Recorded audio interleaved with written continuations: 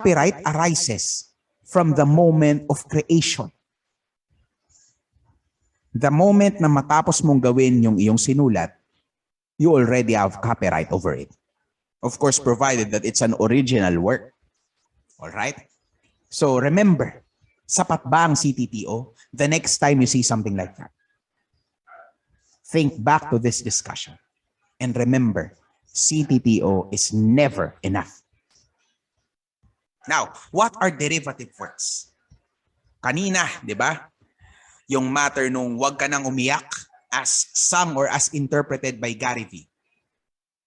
Everybody knows, or at least I hope that everybody knows that it's not an original Gary V song. Of course, it's a cover.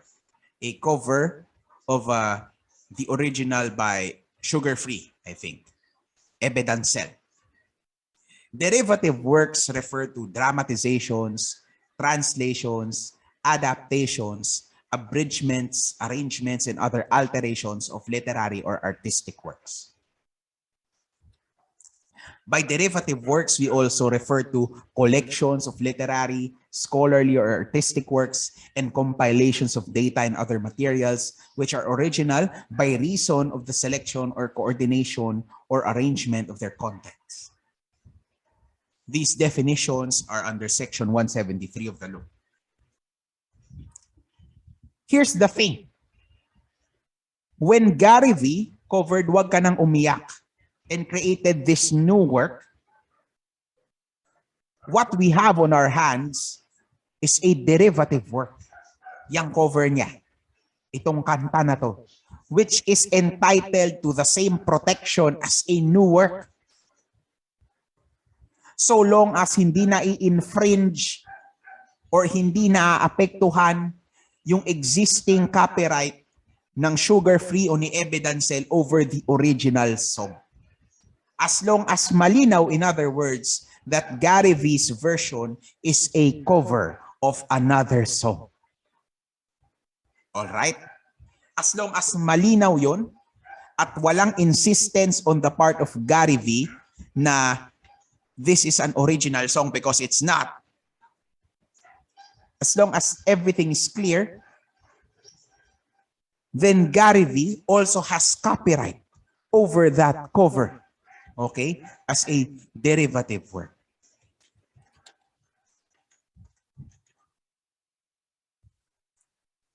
So I hope malinaw yon, no? Let us move forward. What is the term of protection for copyrighted works? The term of protection for copyright in literary and artistic works, as well as in derivative works, is generally the lifetime of the author plus 50 years. In other words, hanggat nabubuhay yung author, hanggat nabubuhay yung composer o lyricist, hanggat nabubuhay yung creator, copyright protection exists. At kahit na mamatay siya, meron pang 50 years. After that, pagkalipas ng lifetime of the author plus 50 years, the copyrighted work will then revert to the public domain, which we will be talking about in a bit. Different rules, of course, may apply in works of joint authorship, anonymous or pseudonymous works, kagaya ng mga works na inilabas, literary works na inilabas sa pangalang Lola Basyang. Take note, no? There is no such thing as Lola Basyang. It's a pseudonym. The pseudonym of the author Severino Reyes. Now, photographic works, works of applied art. When we speak of applied art, we refer to artistic creation with utilitarian functions incorporated to a useful article. Also, audiovisual works. Though of course, no, hindi na natin pag-uusapan to in more detail. What I want you to remember is the general rule. The term of protection for copyrighted works is, as a general rule, the lifetime of the author or creator plus 50 years. 50 years after the author or creator's death. All right? Now let us talk about fair use. Isa pa yan, no? Kapag nakakakita kayo ng YouTube videos, especially yung mga content creators na gumagamit ng content ng iba, the invocation is always fair use. Fair use. So ano ba talaga ang ibig sabihin ng fair use? Nakikita ninyo dyan, no? Si Uncle Roger. A character played by, conceptualized by, and played by British, Malaysian, I think, comedian Nigel Nang. So itong content ni Uncle Roger, basically, no, comedy. But he reacts, no, he reacts to cooking videos. Either natutuwa siya, pero mostly nababanas siya. So much so that he's so mad that he puts his foot down from his chair. He says, "Hiya." Diba? But rarely, napapasabi naman siya ng, "Fuyo." His gig is react videos. No? He reacts primarily dun sa kanyang pinakakinaiinisan, or at least ng kanyang character, si Jamie Oliver. Now, you might be thinking, some of you might be thinking, so basically, he's making use of copyrighted content.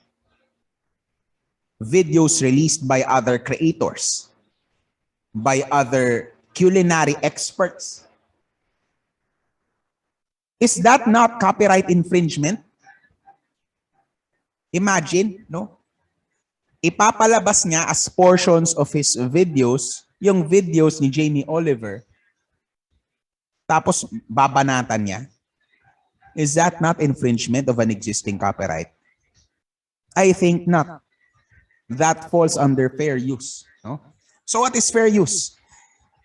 Within the context of our intellectual property code, particularly section 185.1, fair use is not an infringement of copyright. Fair use covers criticism, comment, news reporting, teaching, scholarship, research, and similar purposes. So if you refer to a copyrighted work, criticizing that work, like what Uncle Roger does, no? Copyrighted work, recipes ni Jamie Oliver, yung kanyang videos na naka-upload sa internet, he reacts to those videos, he criticizes those videos, that is fair use. If a news outfit, no, if a media outfit shows a video snippet from YouTube, though of course, due diligence, they make proper attribution. That falls under fair use as well. Okay? If a professor makes use of a video created by some other person or persons for educational purposes, that is also fair use. All right, hindi an infringement of copyright. But of course, it would not hurt still to make proper attribution. Sa kaso ni Nigel, no, sa kaso ni Uncle Roger, sinasabi naman niya kung kaninong videos yan. Hindi naman siya nangingimi na sabihin na, Jamie Oliver, or Gordon Ramsay. Stuff like that. Fair use, fair use. But remember, remember the ambit of fair use. Hanggang dito lang. Criticism, comment, news reporting, teaching, scholarship, research, and other similar purposes. Now, kagaya ng sinabi natin kanina, copyright protection is lifetime of the author plus 50 years. Now, what happens after that 50 years? The copyrighted work is placed in the public domain.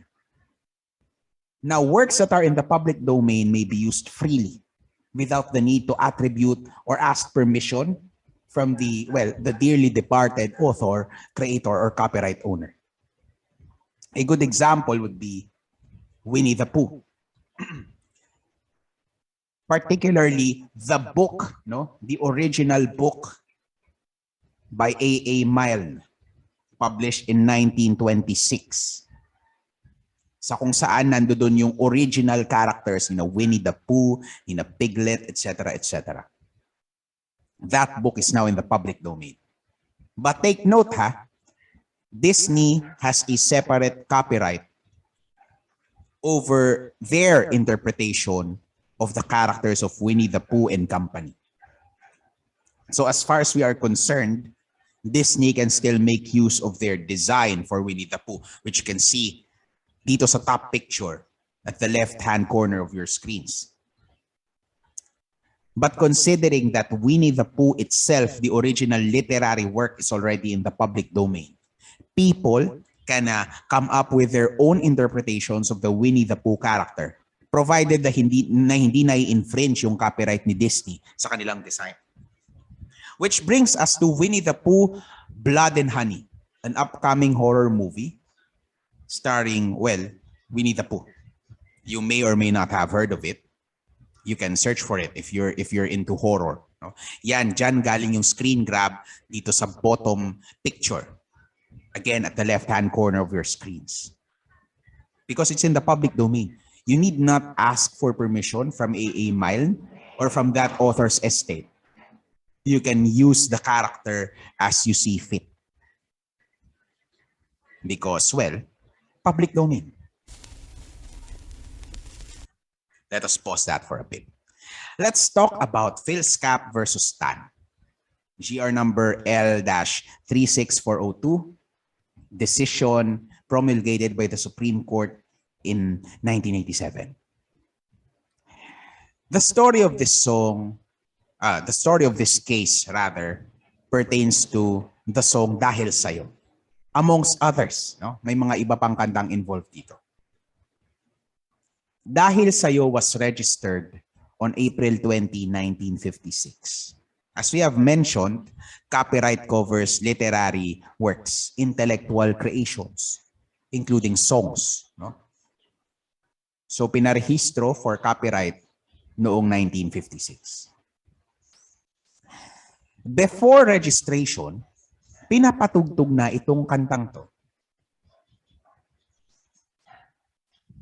In particular, sa establishment ni TAN. TAN owns a club of sorts na kung saan mayroong live band. Pinapatugtog yung Dahil Sa'yo. Ngayon, apparently, it was the policy then na if your band sings covers, if you perform covers, you have to pay a fee doon sa kompositor. Ngayon, PhilSCAP is an association of songwriters, composers, artists. No? Apparently, sila yung may-ari nung kanta, nung Dahil Sa'yo. Baka si Mike Velarde Jr. is a member of PhilSCAP. No, it might have been the case. So nalaman ni PhilSCAP na pinapatugtog nga ni TAN sa kanyang establishment yung Dahil Sa'yo. Now, for those of you who don't know the song, let's just play it for a bit.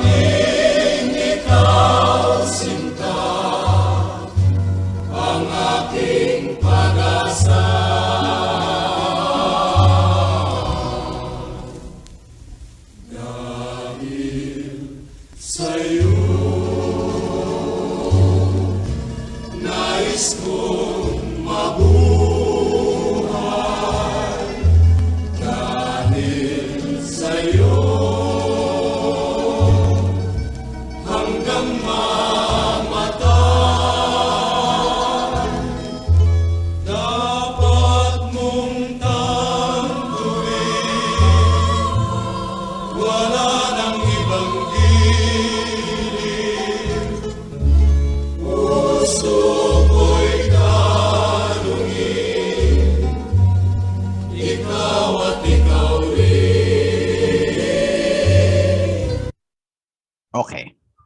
You get the idea. You might have heard the song already, at least once before. You might be thinking, ito yung pinapatugtog sa club? You have to remember that this was during the late 1940s, no? Post-World War II. Ito yung genrahan nila nun. And of course, there's a certain charm to drinking with this song in the background. No? After a hard day at work, you're drinking to drown away your sorrows, probably also because of work or whatever. Tas yan yung background mo, di ba? Imagine that 1940s aesthetic. Tas ganyan yung pinapatugtog ng live band. There's a certain charm to it. But I digress. Let us go back to the topic. So nagde-demand si PhilSCAP ng danyos. Bayaran mo kami, Mr. Tan, nung karampatang fee or fees for the songs. Ang sabi ni Tan, teka muna. Pinapamukha ninyo na parang nag-infringe ako ng copyright law. When kung tutuusin, public domain yung song na yan. Before 1956. Noong 1956 nyo lang siya pinaparehistro for copyright. But before that time, nung pinapatugtog yan sa establishment ko, nasa public domain siya. Therefore, I owe you nothing. Ang sabi ng Supreme Court, tama si Tan. The song Dahil Sa'yo, which was registered on April 20, 1956, became popular in radios, jukeboxes, etc. long before registration.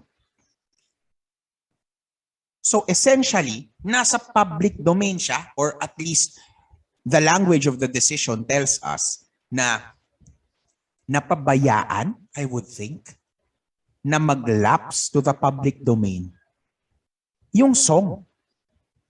So much so, na nung naging popular siya, anybody could play that song,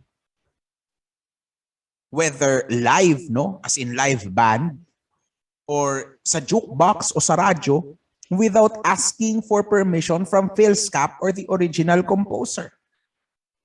At dahil doon, it is beyond the protection of copyright law. And as Tan would say, he owes PhilSCAP nothing. But then again, counterpoint.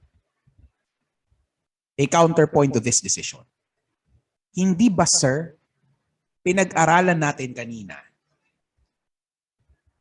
that copyright exists from the moment of intellectual creation? Hindi ba, sir, sinabi ninyo, the moment you finish writing something, the moment you finish creating something, there is already copyright? How do we reconcile that, sir? In my humble opinion, we follow the general rule. We follow the rule imposed under the Intellectual Property Code. And it's something that I agree with. There is already copyright protection upon the moment of intellectual creation. Now, this case, I think, is an outlier. This is an exception. Hindi ito yung general rule. As to why the Supreme Court came up with a conclusion na a song is in the public domain before it was registered, we wouldn't know. In all likelihood, it is because this decision is based on an older copyright law before the current intellectual property code that we are studying at the moment. But anyway,